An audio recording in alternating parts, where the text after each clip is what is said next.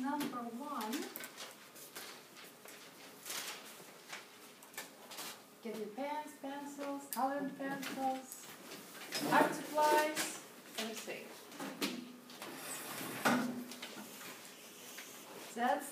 So the concept is that your kidneys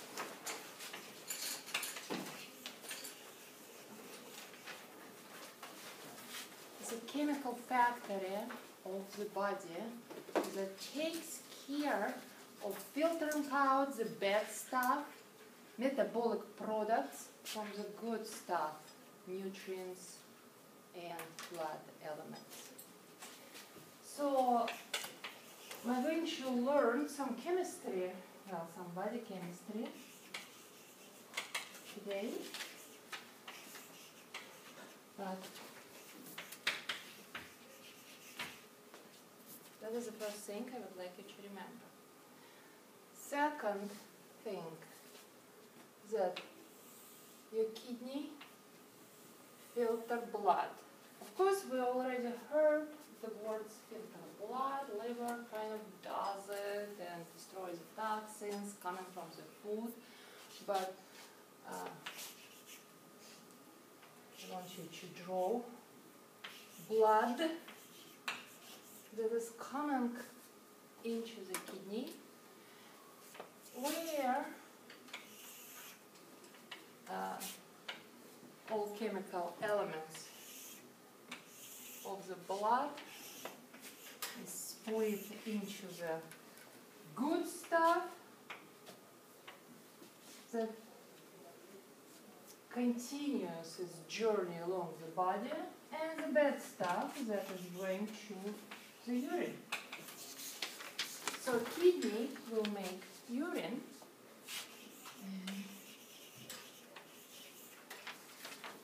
just clean blood.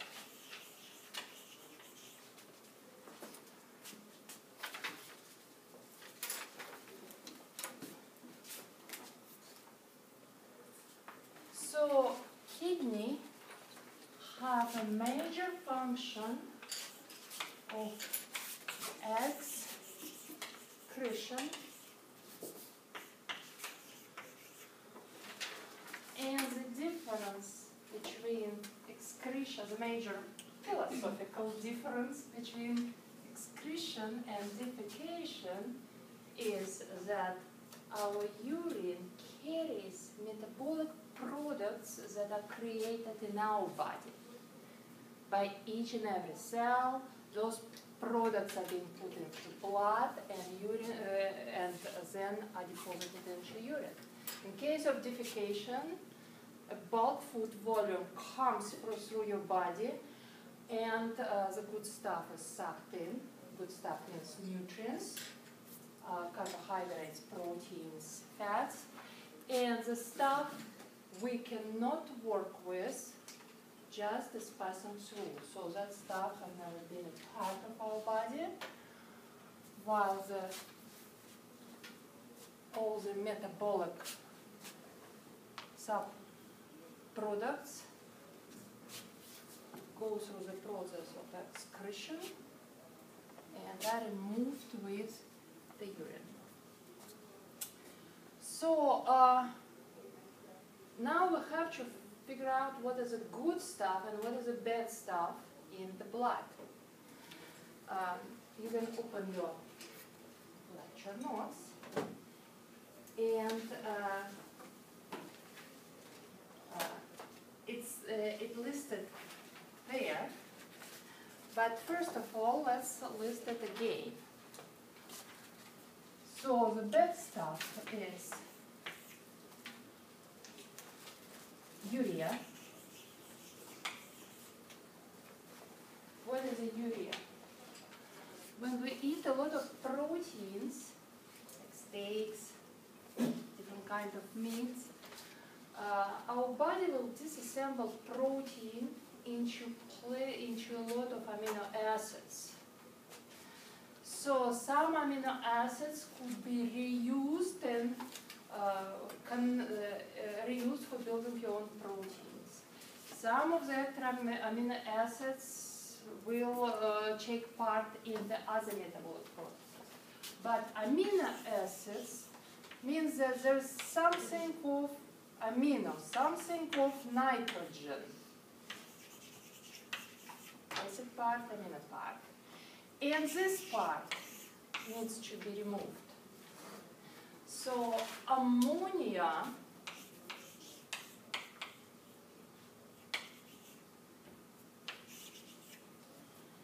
is, you know, urine of babies smells like ammonia. So this ammonia is coming from this NH2 group of amino acids, of protein that you eat. And what urea is chemically.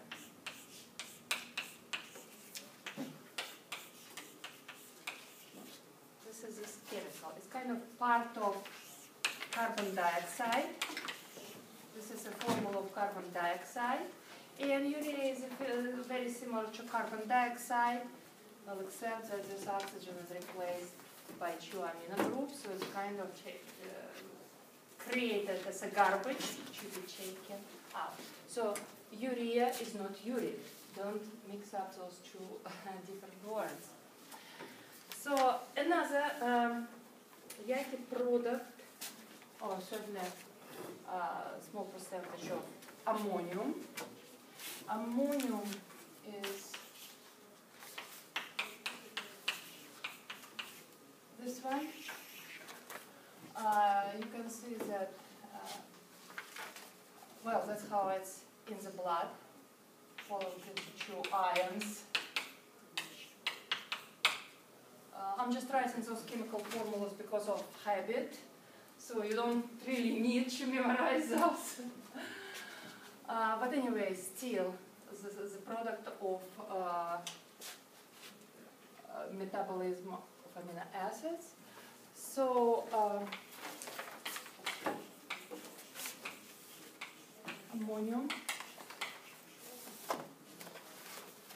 Now, the third yaki stuff is creatinine.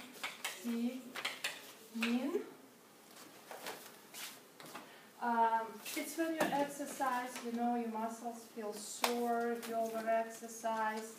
And when you exercise, creatine, a small chemical that is kept in your muscles, can recycle ATP a little bit faster than mitochondria can create it.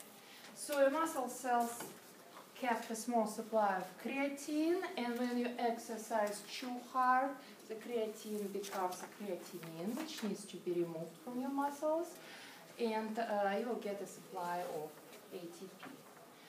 So, and the other one is uric acid, which is a subproduct of when you eat genetic material of the other species, you know, that is kind of nucleotides and the bigger chemical. Also needs to be removed from the body.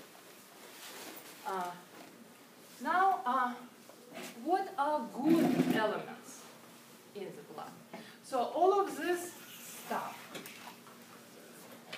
goes right here into urine. So what is the good stuff? What good is there in the blood? Come on. The blood is our traffic system. We are trafficking something. Well, oxygen is carried by what? How oxygen? Huh? Hemoglobin. Where is hemoglobin? What? Floating there? No. Red blood cells, that are there. So blood is the red blood cells. What is there? What else? Just everything. Everything that you can think about that might be in the blood. Of course, it's chapter 6. We're successfully forgotten. what is in there, but okay, come on. What is there in the blood? Yes. For people who had breakfast, there are also some nutrients. Let's list the nutrients.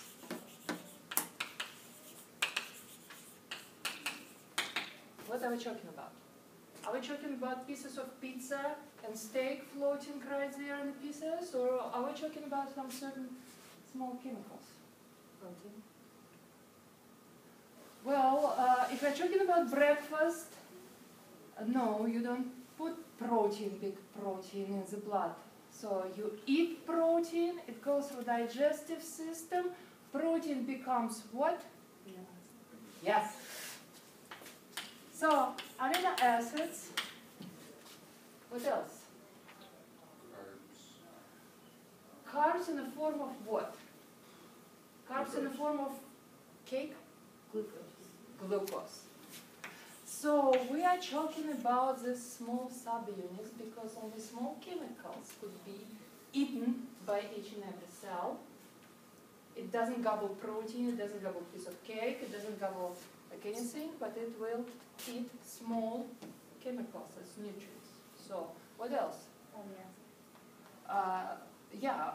Fatty acids, some of them are in the blood, some of the lymphatic system. Fatty acids here. So we listed nutrients. Now blood has its own elements. We already listed one. What else? What are other blood elements? Huh? Carbon dioxide. Okay, red blood cells, what other kinds of cells are in there? White blood cells, yes. Remember platelets? At the beginning there was one big plate in red bone marrow, then it split it in plenty little pieces that will assist in clotting. And that's why they call platelets or thrombocytes. Thrombocytes. Now, blood being a fluid connective tissue, what else does it have? Plasma. Plasma is water, ions, so water, ions, and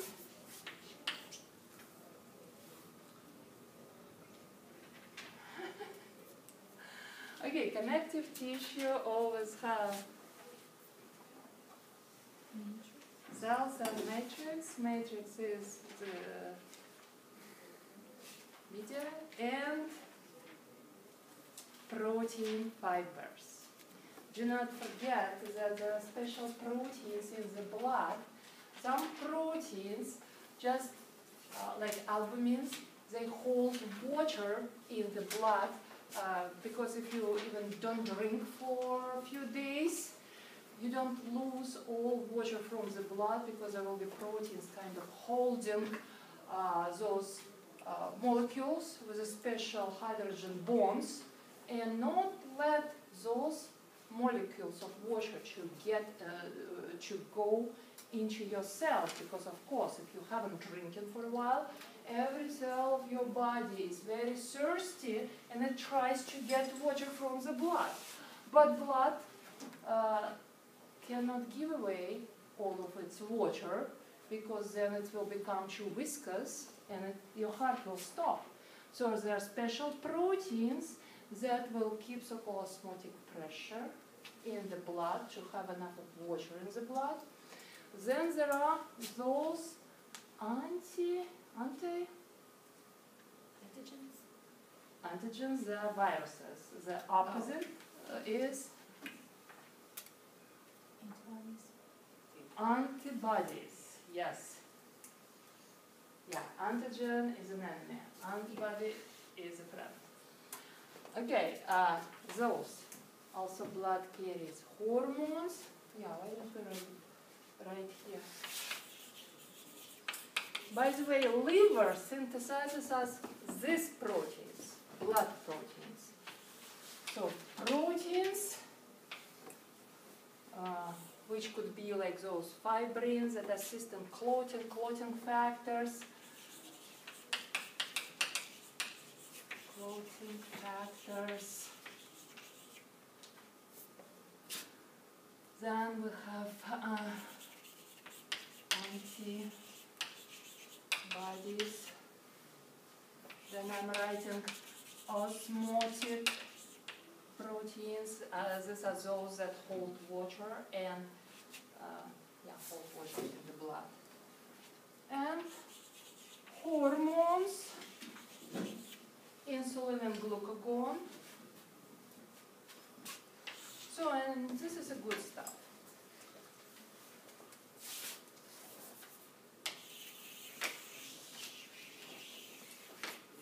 We mark this, color it in a separate color, and put here good.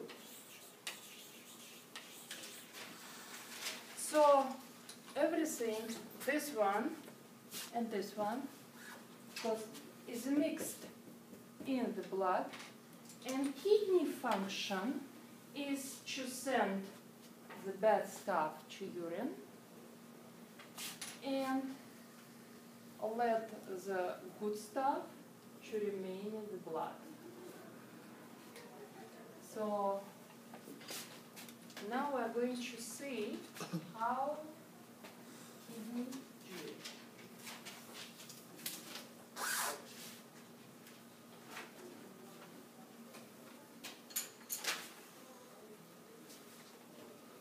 So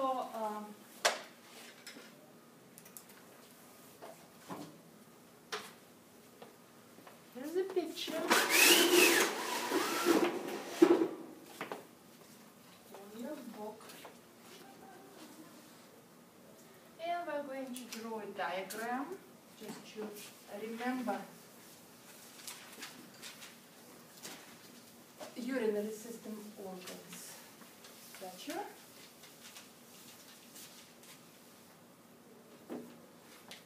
So, kidneys. And if you want, you can draw a little cap on top of it, just to make it to look a little bit funnier. These are adrenal glands.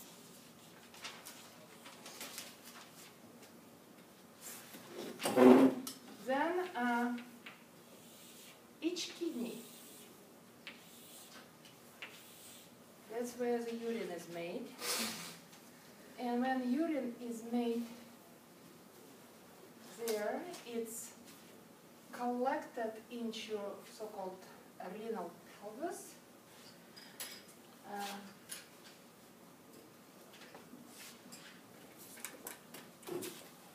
And it's delivered into the bladder.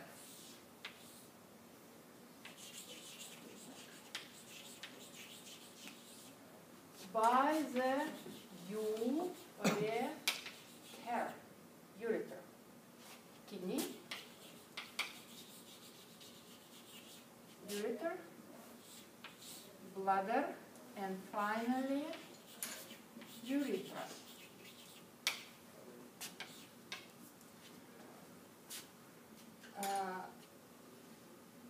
Now, how do you, a few words about bladder.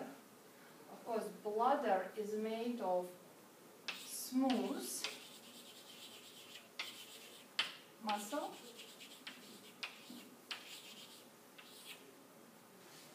so it means that,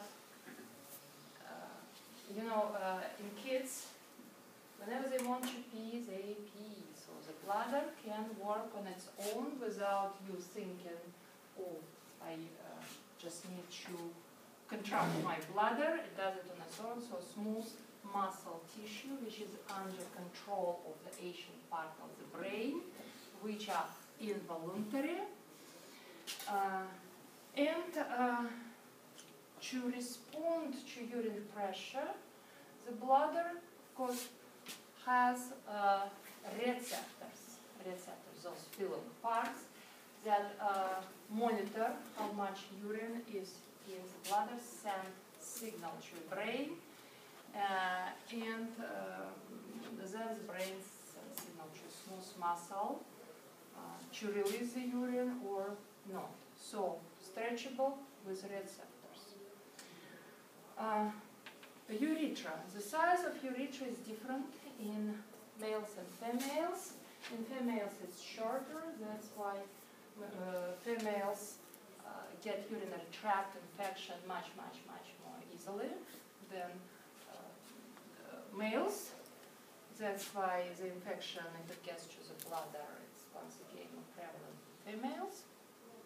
And urethra has two sphincters. One is made from smooth muscle, and the other is made from skeletal muscle. The one that is made from smooth muscle, you can predict that it's like the baby sphincter. You want to pee, you pee right away. The one that is made from skeletal muscle is under control. Well, this is voluntary muscle. Skeletal muscle is a voluntary muscle. So when do you think it starts properly functioning in kids? When kids are expected to go to the bathroom and have full control of their bladder. When? Oh, 5. Well, I have to say that this country is fooled by the companies that produces pampers. Now think about skeletal muscles as a term.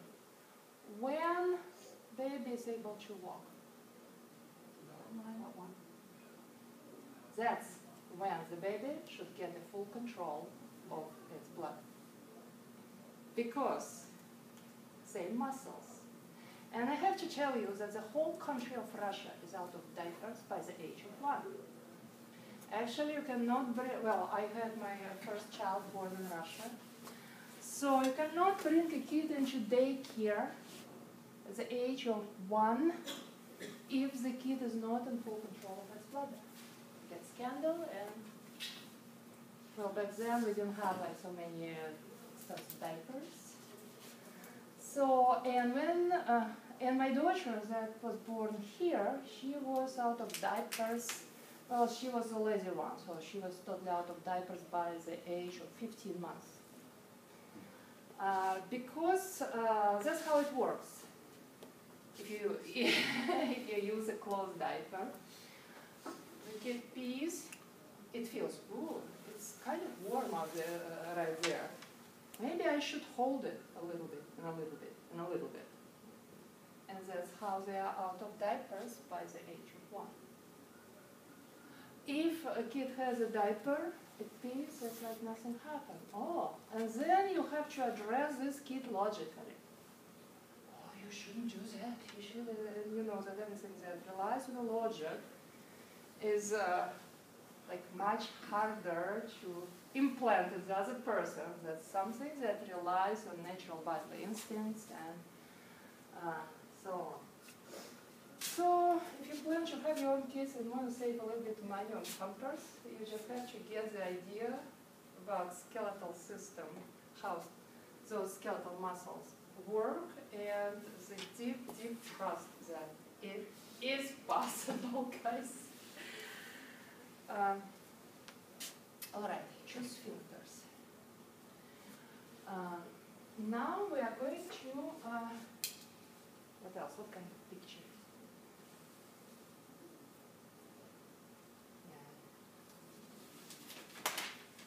Kind of pictures we have here. Now we are moving to the kidney because we want to take a close look in how this chemical factory works. Because here this is just like urine delivery and getting rid of the urine. Now here's a picture of kidney. Page 222. All the filtration happens in renal cortex. So let's draw it here.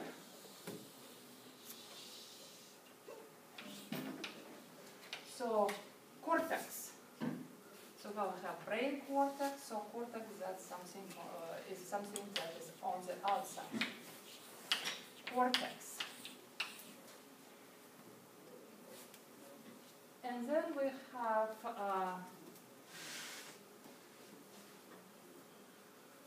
renal medulla, which is like kind of extension for some structural parts of the kidney, like collecting ducts. We are going to look at the cortex. And cortex is a place where a bunch of little, very small filtering facilities are located. And this microscopic unit of the kidney is called nephron.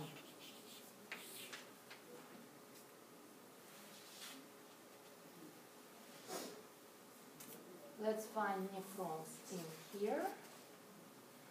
You can recognize nephron on our models by something that looks like a flower here, and the system of pipes. Here's like a diagram of nephron, and the system of pipes. Now follow my pencil. Here's one pipe that goes down, and the other pipe is going up. And of course it's a huge capillary bed right here, what you see in here, which is not a part of the nephron, it's just capillary bed that will collect a good clean blood from the nephron. Okay, question, where is nephron? Nephron is so-called glomerulus. The pipe that goes down, it's called, see, drop the word convoluted, it's proximal, located in proximity to glomerulus, and then another distal tubular. Here we are going to draw 3 parts of the nephron with a function. So next picture.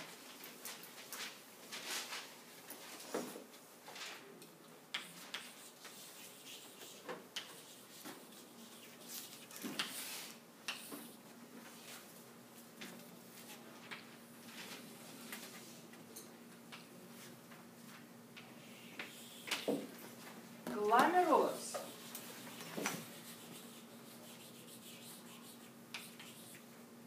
Just draw a circle for right now. Then what you do, you draw a pipe down and a pipe up. And you call this proximal. And you call this one distal.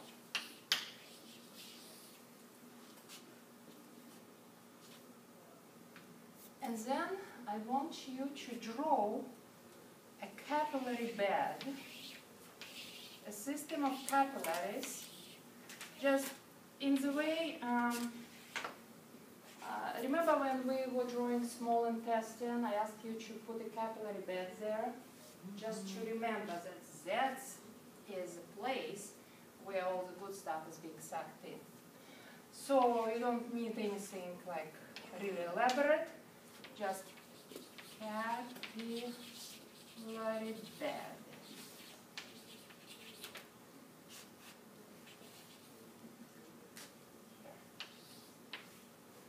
And then from the distal,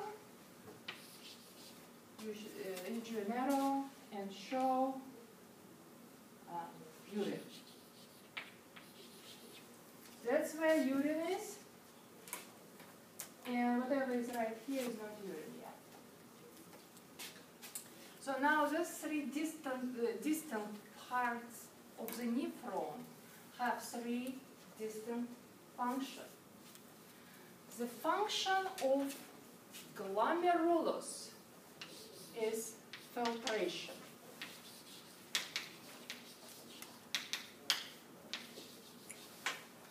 And for right now, right near proximal, the function of proximal tube is absorption, and function of distal is secretion. And we are going to talk about all of those three functions in detail. So, filtration. What is being filtered? Blood. Let's look right here at the picture. Nice flower. Looks like a flower. Here's glomerulus. Here's glomeruli. Bunch of that. What it is, see how the blood vessel splits right here, and that blood goes in and blood goes out. Glomerulus, I want you to draw a colander right here on its side, because what glomerulus does, it filters. Remember, you make spaghetti, right? And then, so the blood goes right here and goes out. And here's the great colander of glomerulus. So, remember, when you cook spaghetti, then you need spaghetti. You don't want all the water that is in there. So you just drain it. That's exactly what glomerulus does. Now, it filters big from small. So, what is big? Look at your blood content. What stuff is big and what stuff is small? Are red blood cells big stuff? Huge. It's like your spaghetti. They will not go into those holes. So I'm drawing it here. Red blood cells. White blood cells. Big or not? White blood cells. Of course, thrombocytes are also big stuff. Look at your list. What is there next? Blood proteins, big or huge? Big or small? Huge. That's why they hold water. So I'm drawing blood protein here. So, you know what? Let's list the big stuff.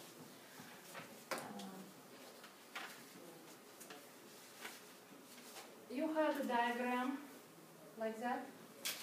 I would like you to pull it out. And it actually says large molecules, small molecules. So 5 glomerular capsule, and marked specifically that the filtration happens between big and small. Small stuff gets right here. The filtration is not between bad stuff and good stuff. The filtration is going by the small stuff, is being filtered from big stuff. So we'll have filtrate right here with the small stuff. What is small stuff? First, it's all the waste, right? And I'm putting here wastes that is being filtered from the big stuff. By the way, all the big stuff that is in the blood is the good stuff. They are cells, they are blood proteins. Blood proteins include antibody and osmotic pressure proteins, and so on. Wastes, those creatinine, so on. It's small stuff. But nutrients are small stuff as well.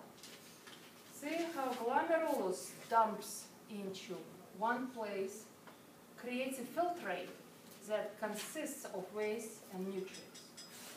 But successful first stage of filtration allows red blood cells, white blood cells, and blood proteins to go out as a clean blood. Right here.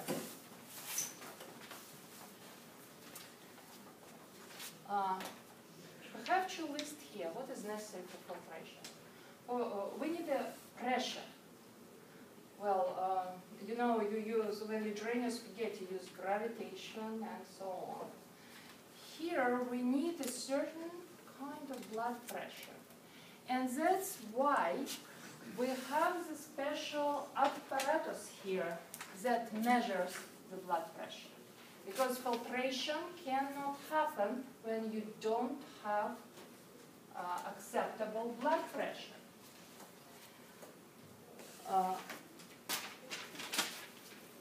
This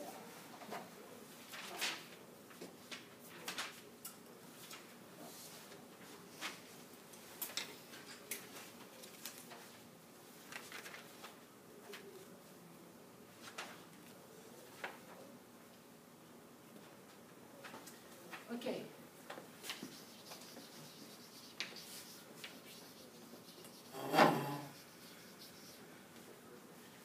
So if you don't have acceptable blood pressure for filtration, that's why it's not good to have way too low blood pressure, or there are certain homeostatic mechanisms that will increase your blood pressure if kidney will tell your body, will tell your brain that there's not enough blood pressure out there. So first of all, we can increase the blood volume by putting more salt or retaining more salt in the blood. Some people who naturally like salty probably trying to raise the blood pressure this way.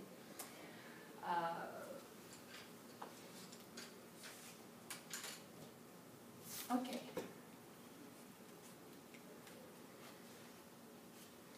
And there's also a system of hormones that that will regulate your blood volume. And this system is, let's see, we're gonna go, okay, interaction of renin, aldosterone, and antinatriuretic hormone, and maintaining blood pressure. Diuretics are chemicals that increase the flow of urine. So that's how they work. Drinking alcohol causes diuresis because it inhibits the secretion of antidiuretic hormone. Remember, if you go to beer place, they're all usually kind of line to the bathrooms because alcohol inhibits that hormone. Well, anyway, I just would like, at that point of time, I just would like you to remember that there is a special apparatus that feels the blood pressure, and the kidney is an organ that is responsible for your blood pressure regulation. Now, the blood comes in, goes out, that system, and filtrate is moved into proximal tube. The function of this tubule is absorption. So what does it absorb from filtrate? Guess. What does it absorb? Nutrients. Nutrients, that's right. So if you look at diagram,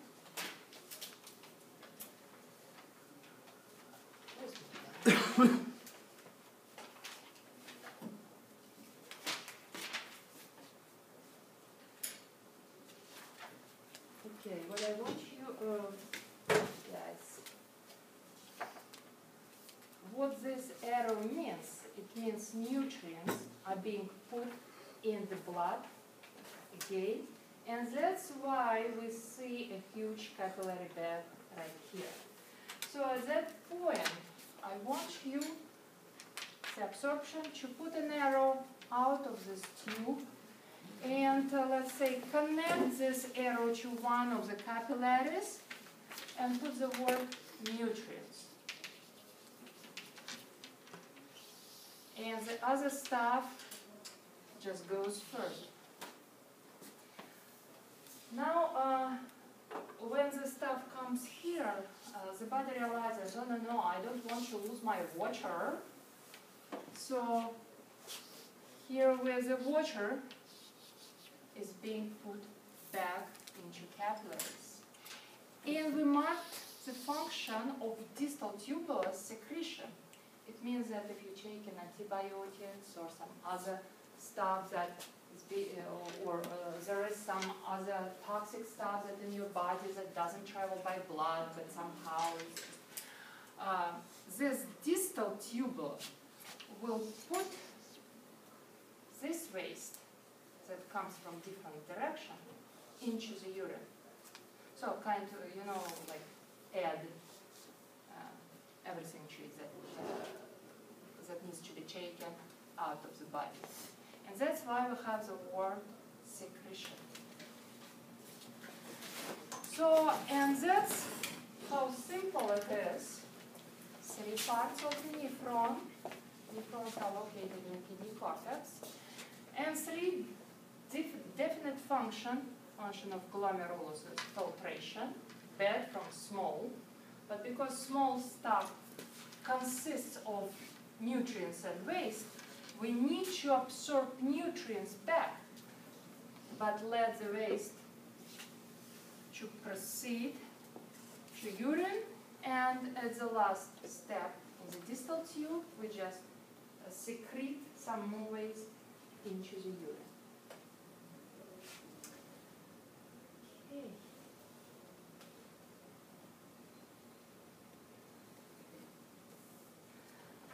Ions. Now let's look at the function of the urinary system. It's in your nose. It's like here. Waste removal. Yeah, basically this is primary function. Okay. Now making salt-water balance of the blood.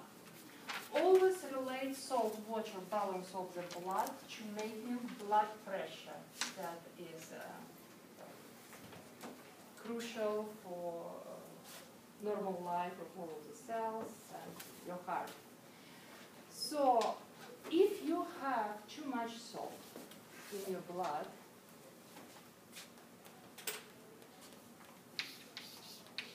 salt is sodium chloride. As a dry chemical.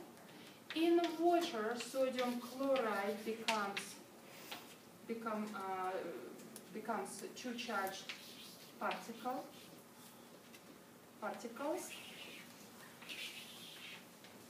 So if you add too much salt, this ion is gonna be removed, put into the urine. So if salt goes out, your blood stays constant. Blood has constant pH, constant content of ions and so on. Your urine fluctuates depending on what you add, how much physical exercise you did, and all of the other conditions. Right? Because sometimes your urine pH can be acidic, can be basic. We do not care about it. We just care about making our blood constant. So everything that is not disrupts the blood pH or wrong ions, they will go out into the urine. Too much salt, sodium goes out, bye-bye sodium, blood volume shrinks, so the blood pressure lowers down, back to normal. So making water-salt balance is related to making your blood pressure. Now, what happens if you're an athlete and drink too much water, FD, and so on. So in this case, you don't have enough of sodium. Not having enough of sodium is also a huge alarm because nervous system functions on sodium. There are sodium channels in every cell. Every cell functions on sodium. We need sodium. So here's another mechanism that is being activated, and it's renin aldosterone mechanism, which, okay, here. What happens if you have insufficient sodium ions? Okay, that occurs there when you drink too much water, and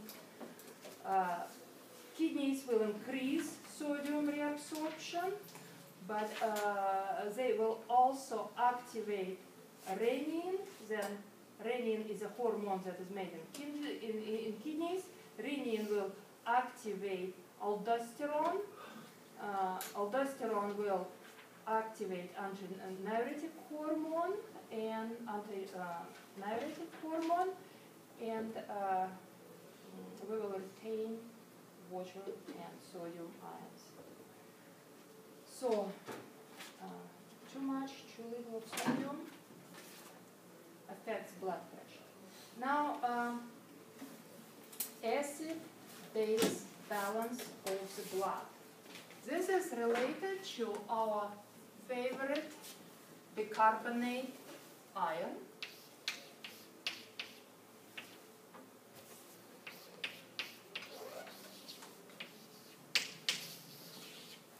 This one.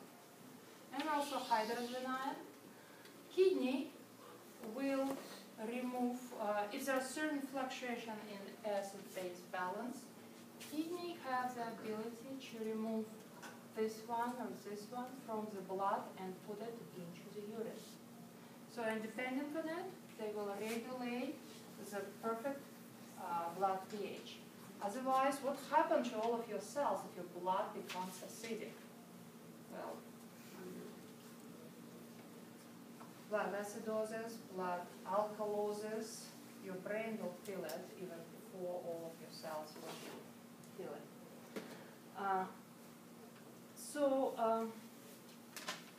Making acid-base balance of the blood, it means that your urine can be either way too acidic or way too basic, but we don't care about it. Now, secrete hormones.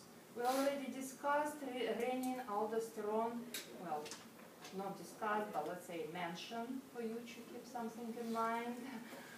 But another important one is erythropoietin, because your kidney also can feel the number of red blood cells. And if you don't have enough of those to carry your oxygen, kidney will make this hormone and send it to red bone marrow, and red bone marrow will start producing more of red blood cells. Another function of kidney is convert vitamin D to its active form. We have a certain supply of vitamin D, but it's not active. We need the kidney and sunlight to get more vitamin D, active vitamin D in our body. Okay, and regulate sodium and potassium content of the blood. It's kind of, water-salt balance of the blood. It can be included in here.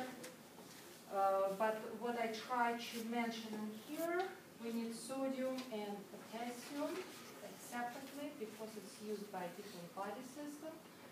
So kidney also count those.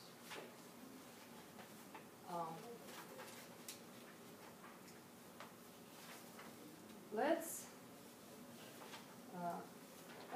the last part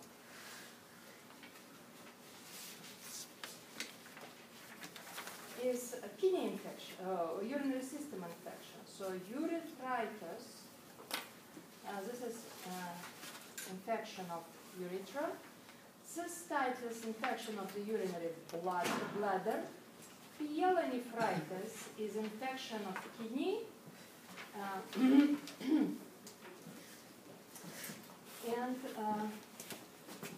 ancient way of diagnosing diabetes was to taste the urine of the patient.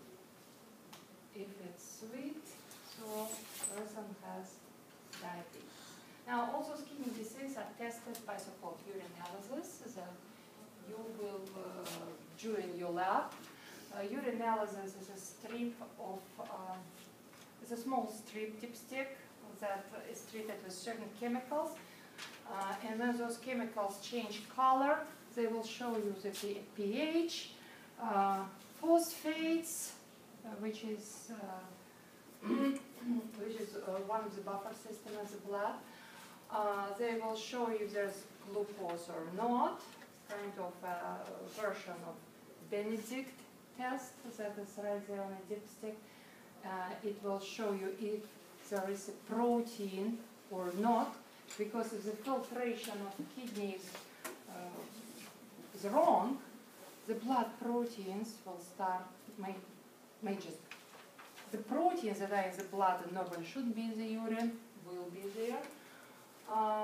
This dipstick will show you if there is a blood in the urine, which could be there if kidneys have an infection and those capillary beds are slightly destroyed. So urinalysis can show a lot of things. Vocabulary. Excretion. How can we define this in some plain English so we can remember it? Metabolic waste removal. In contrast with defecation, which are not metabolic waste, it's just undigested material. Metabolic waste removal. Urine. Urine is what? How do we say it?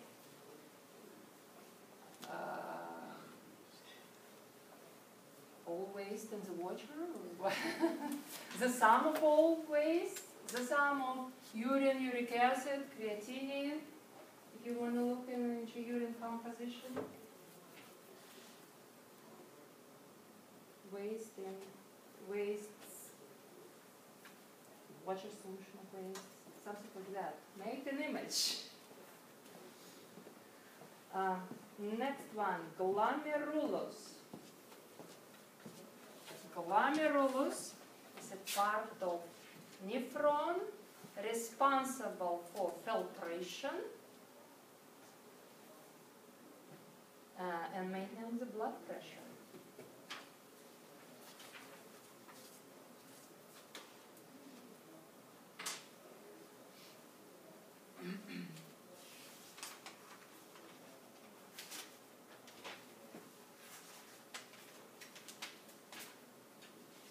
Next one, we have filtration happens in, here's basically you have to match a function to part of the nephron. So filtration happens in glomerulus, reabsorption happens in proximal tubule, and secretion happens, yes, erythropoietin. It's a hormone. Now let's define where it's made. It's a kidney hormone or hormone made in kidney. Now what does it do? It goes to red bone marrow and activates the production of red blood cells, or makes more of red blood cells.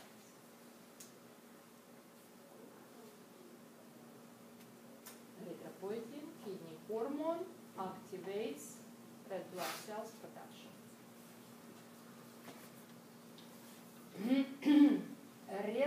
Renin aldosterone.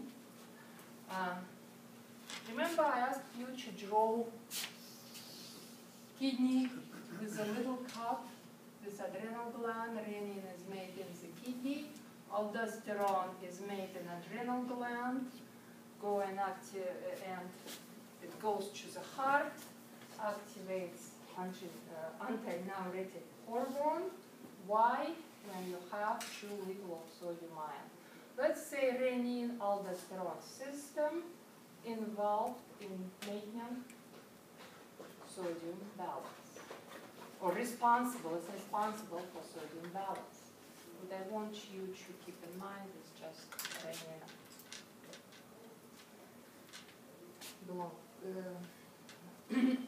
belongs to a system of hormones. Now, next one, molecules that come out of the blood and glomerulus. The stuff that is being filtered out. First of all, you have to remember that filtration of glomerulus is about separating big from small, so the stuff that comes out of blood, small, nutrients and wastes. Yeah, it's a small stuff. The big stuff proceed.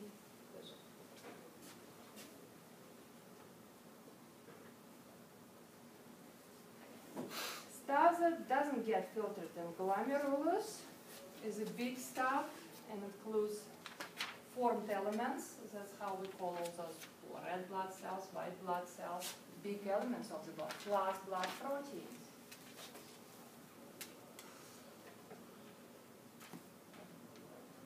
Urea is made in liver because liver is responsible for amino acids metabolism, but urine is made in kidney. And path of urine, well, the path of making a urine, what I want to say here is kidney, ureter, bladder, urethra, and out.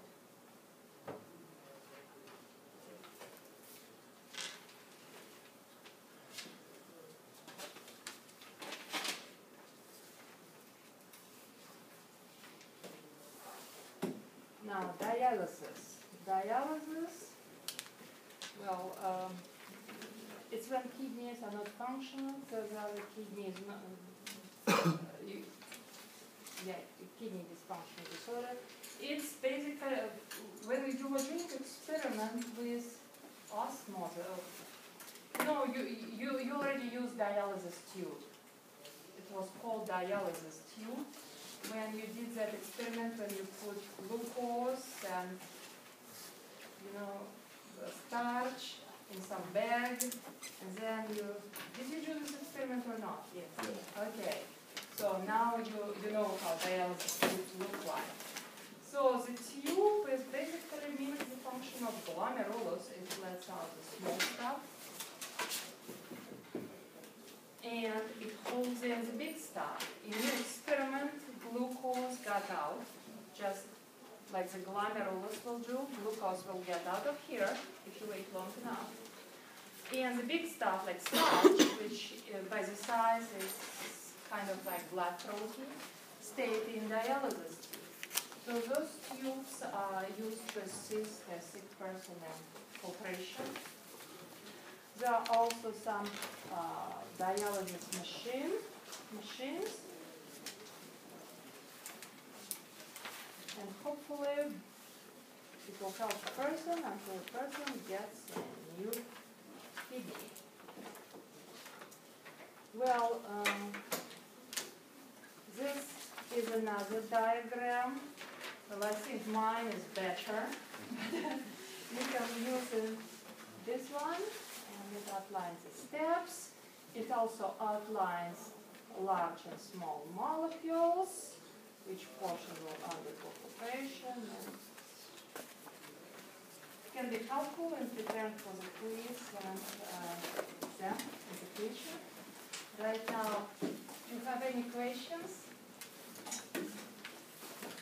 Then thank you very much. Class dismissed. And see you when